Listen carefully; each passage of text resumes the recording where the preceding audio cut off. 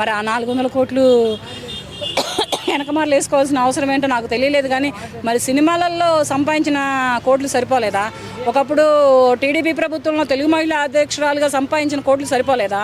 తర్వాత వైఎస్ఆర్సీపీ పార్టీలో జాయిన్ అయినప్పుడు మన రాజశేఖర రెడ్డి గారు ఇచ్చినటువంటి కోట్లు సరిపోలేదా? మరి 5 ఏళ్ళు తర్వాత వైఎస్ఆర్సీపీలో అదే జగన్మోహన్ రెడ్డి గారి చేతి కింద ఉన్నటువంటి కోట్లు సంపాదించుకున్న కోట్లు సరిపోలేదా? మరి ఇంకా ఈ ఆడదాం ఆంధ్ర అనే ఒక ప్రాజెక్టును పెట్టి ఈ కోట్లు కూడా ఆమె వెనకేసుకుందంటే మరి ఆమె ఎంతటి గనురాలో ఎంతటి మహా గణనీయురాలో అర్థమవుతుంది. ప్రస్తుతం మొన్న బడ్జెట్ ఇచ్చారు. సో ఇవాళ స్పోర్ట్స్ మినిస్టర్ ఏం అడిగారంటే నాకు ఇంత బడ్జెట్ స్పోర్ట్స్ దాని కోటాలో ఇవ్వాలని అడిగారు. అయితే ఇవ్వడానికి లేదు, అక్కడ మొత్తం కూడా ఆవిడ ఖజానాని ఆవిడ కొల్లగట్టు వెళ్ళిపోయింది. ఈవిడ ఖజానా నింపుకుంటే ఇంకెక్కడి నుంచి ఇస్తారు స్పోర్ట్స్కి? ఇంక ఇప్పుడు స్పోర్ట్స్ మినిస్టర్ మాట్లాడడానికి ఇక్కడ అవకాశం లేదు. ఆయన అడిగినా కానీ ఇక్కడ వేయడానికి ఏమీ లేదు, మొత్తం ఖాళీ అయిపోయింది.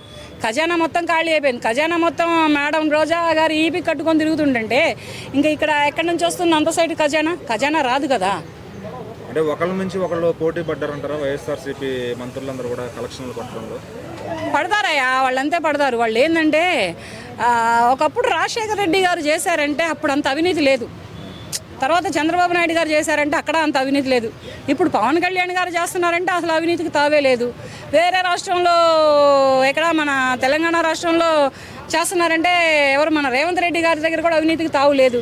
అటువంటి తావు లేని దగ్గర ఇక్కడ వైఎస్ఆర్సీపీలో ఇప్పుడు మొన్నటిదాకా ఉన్నటువంటి ప్రభుత్వం అంత అన్యాయంగా దోచుకుంది అంటే ప్రజలు వాళ్ళకి సరైన తీర్పు ఇచ్చారుగా, సరైన తీర్పే ఇచ్చారు.